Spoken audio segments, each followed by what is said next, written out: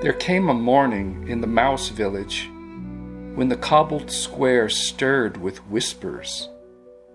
A stranger had arrived, robed, tall for a mouse, but with a wooden staff adorned in feathers and runes.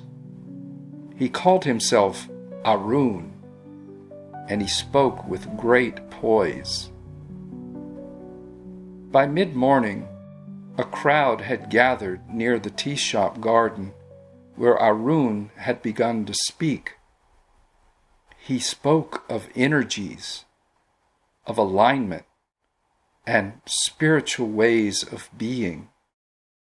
And many of the mouse folk nodded their heads, wide-eyed as his voice spoke and fell like a practiced song.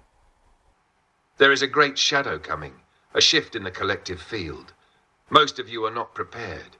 Your energy is scattered. Your hearts are still caught in story. You must do the deep work, the shadow work, to clear your karmic debris. Until your soul is fully aligned with the upper frequencies, you will continue to suffer. This is not judgment. This is truth. And I am only the messenger of such truth. Several mice raised their paws politely, trying to ask for clarity.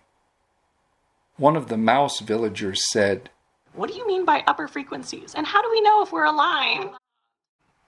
The fact that you are still asking shows you are not ready. True knowing requires no questions. When you are attuned, you will feel it. Until then, sit with your discomfort and stop projecting your confusion onto me. Milo stood quietly near the edge of the crowd, Mila beside him. They listened with open hearts but watchful presence. His words sound wise, but something in me feels unsettled, like I'm drifting too far from my center. Yes, it's like we're being pulled by the current of his voice, but not nourished by it.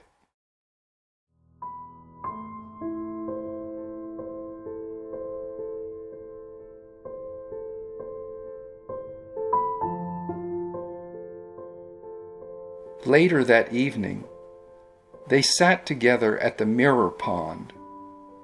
The two of them settled into quiet, still presence, and they listened to the voice of the wind in the trees. The stars flickered above, calm, unbothered. Their reflections shimmered in the water like questions without answers. Then Mila spoke. Spiritual narcissism, I've heard it called. When someone uses the language of truth, but not the spirit of it.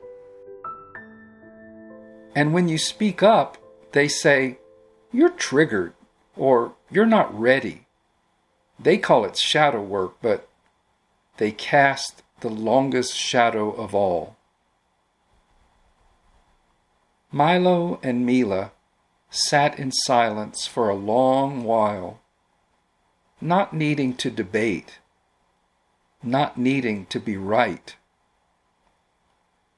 Finally, Mila spoke up. Stillness doesn't dazzle. It doesn't perform. It invites. Yes, and presence never needs a podium.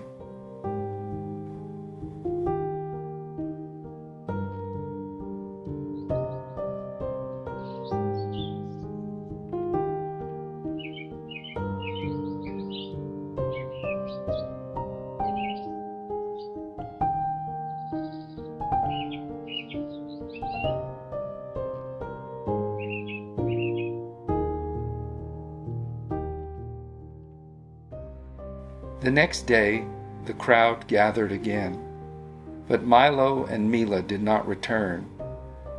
They gently walked the long path through the golden woods instead. Each step, a quiet returning, filled with the sacred calm of the living current. Not because they were angry, not because they needed to prove anything, but because their inner knowing had spoken, and they listened. Presence was the spell that could not be broken.